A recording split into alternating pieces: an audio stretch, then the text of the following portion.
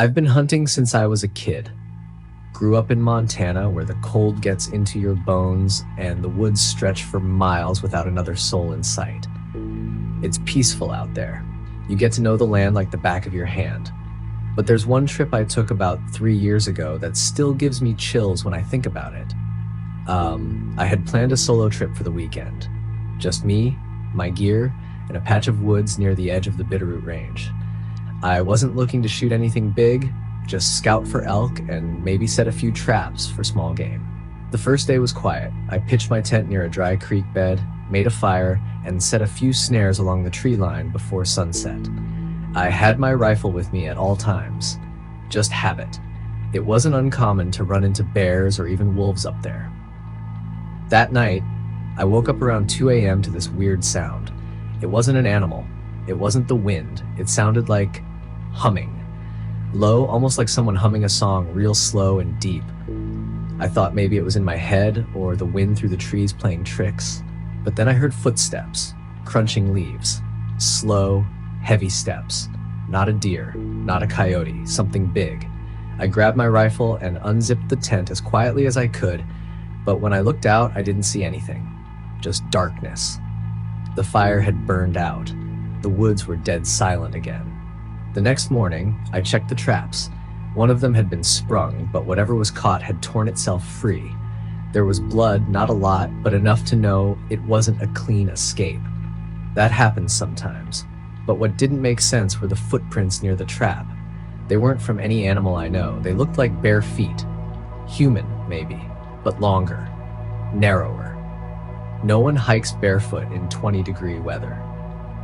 And no one was supposed to be out here but me. I felt off the whole day, like I was being watched. The woods, which had always felt like home, suddenly felt wrong. Still, I stayed. I figured I was just tired, maybe rattled by the weird night. That evening, I built up the fire bigger than usual. I sat with my back to a tree and kept my rifle across my lap. Around midnight, I heard the humming again. Closer this time. I didn't move, just listened. It was coming from the direction of the creek bed. Then I saw something move between the trees. A shape. Too tall for a man, too skinny. The fire crackled and it turned its head toward me. That's when I saw its eyes. Bright.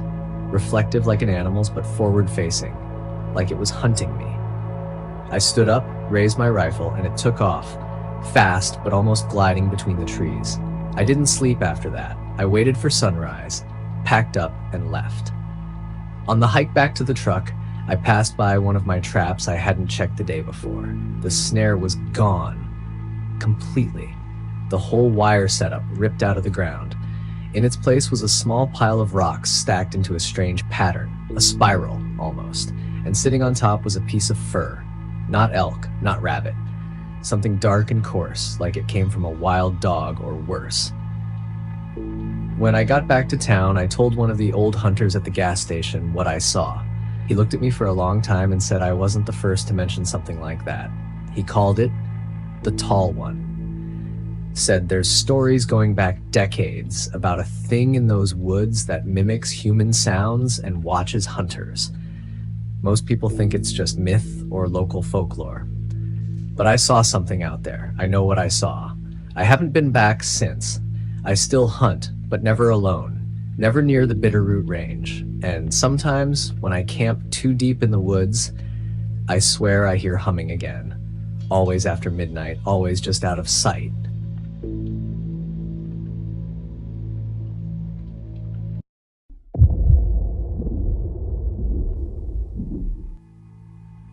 I've been hunting in the Appalachians for over 20 years. Grew up in a small town in West Virginia where just about every family had a cabin somewhere in the mountains. We all learned early on how to handle a rifle, how to track, how to move through the woods quiet. It's a different kind of life out there. Isolated, peaceful, or so I thought. 2 years ago, I went on a solo hunting trip near the Monongahela Forest. I'd planned to stay for 4 days, pack light, camp rough, and hunt deep where the elk still roam undisturbed. I parked my truck near a logging road, hiked in about 8 miles, and set up a base camp in a small clearing surrounded by dense pine. The first 2 days were quiet. Cold nights, misty mornings, nothing unusual. I tracked a few prints, saw some distant movement, but didn't take a shot. I was in no rush. The third morning, I tried to hike out further, hoping to get deeper into the range where fewer people go. That's when things started to go wrong. I had my GPS and compass on me, but somehow I kept doubling back to the same ridge.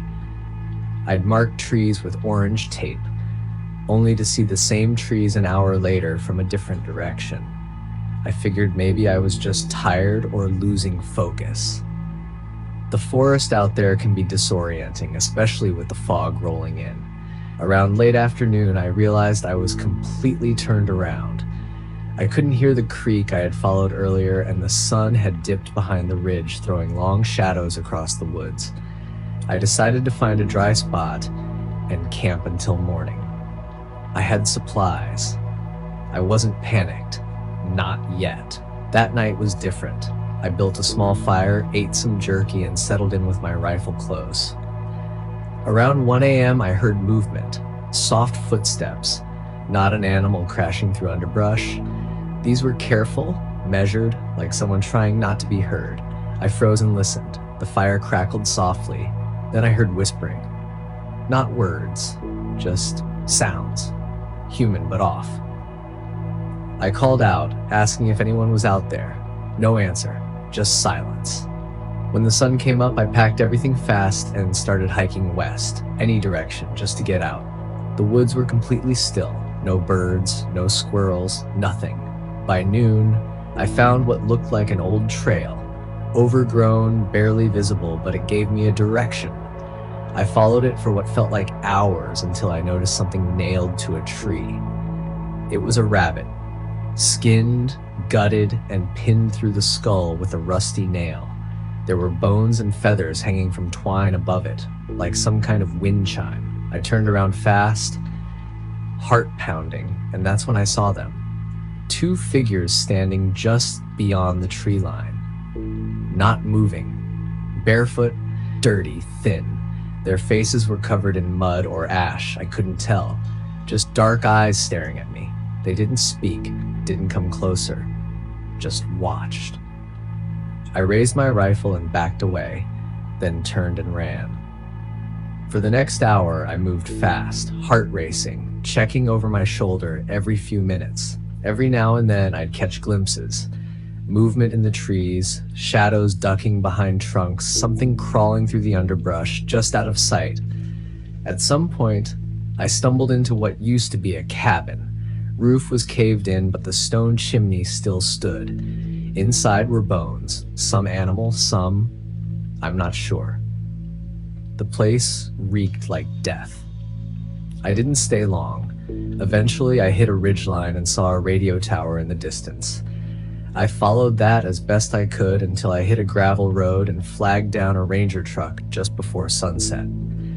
When I told the ranger what happened, he didn't say much, just looked at me, real serious, and said there were rumors about old families still living deep in those woods.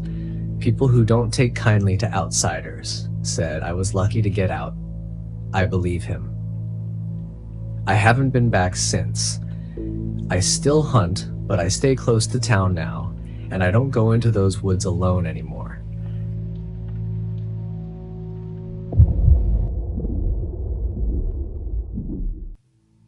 I started hunting with my dad when I was 13.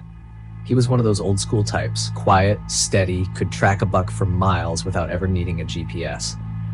When he passed away 3 years ago, I kept going out into the woods every fall. Hunting became my way of keeping his memory alive, of staying connected to something that felt real. Last October, I decided to go solo again. I'd done a few solo trips before, but never this deep. I chose a remote area near Priest Lake in northern Idaho. Real backwoods. No cell signal. No rangers nearby. Just you, your gear, and miles of forest. I left on a Monday, early in the morning.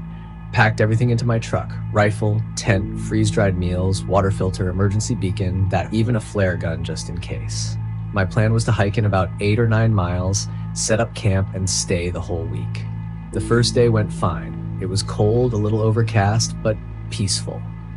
I didn't see another car on the drive-in, and the trailhead was empty.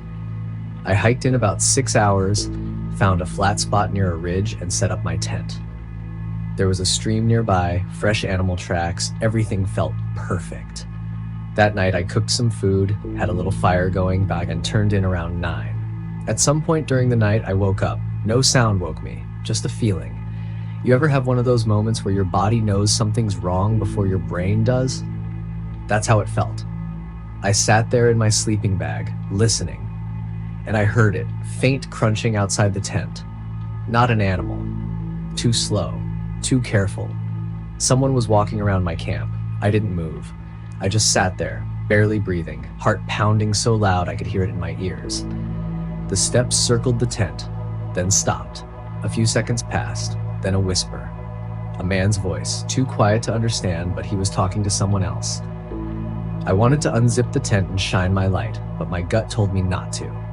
So I waited. After what felt like forever, the steps faded into the woods. In the morning, there were no tracks around the tent, no broken twigs, nothing out of place. I tried to convince myself it was just a dream, but I knew better. I've been in the woods long enough to know when someone's been near. I packed up and moved camp about 2 miles east, deeper into the forest, just to be safe. By the 3rd day, I still hadn't seen another soul.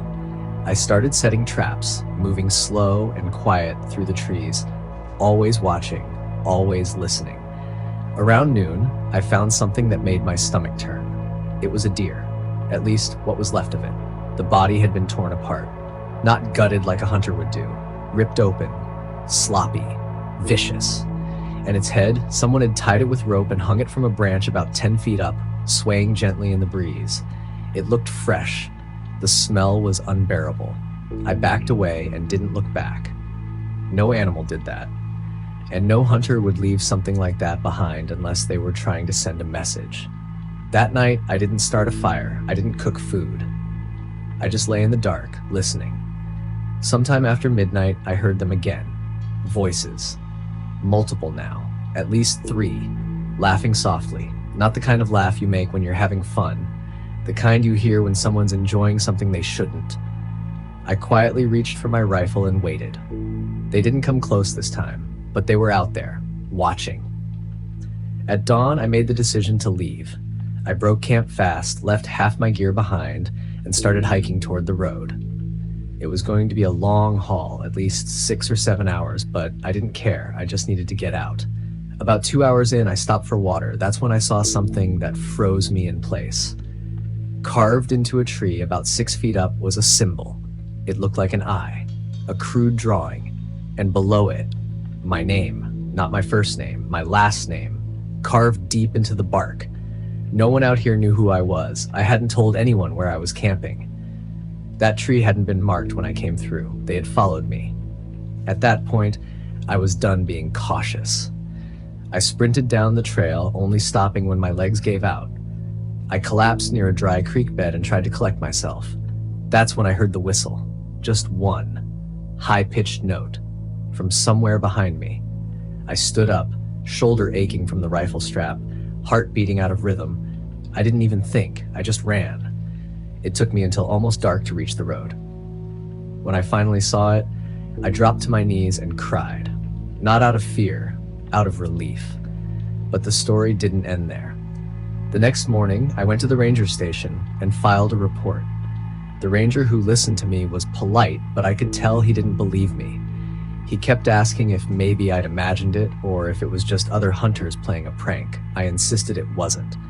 I told him about the symbol, the voices, the deer, the whispering outside my tent. He finally admitted I wasn't the first person to report something weird up in that section of forest. He said they'd check it out, but I knew they wouldn't. Back at home, I kept checking my trail cam, hoping it had captured something. I hadn't checked it before leaving because I'd left in such a rush. A few days later, when I finally retrieved the footage, I found what I was looking for. The night I moved camp, there were figures, just silhouettes at the edge of the frame, standing perfectly still, watching my tent for hours. One of them stepped close enough that the motion sensor captured their face for a split second. I paused the video, zoomed in. He was wearing face paint, camouflage, and he was smiling. I don't know who those people were. I don't know what they wanted. But I know this. Something is wrong out there in those woods. And if you ever plan on hunting up near Priest Lake, don't go alone.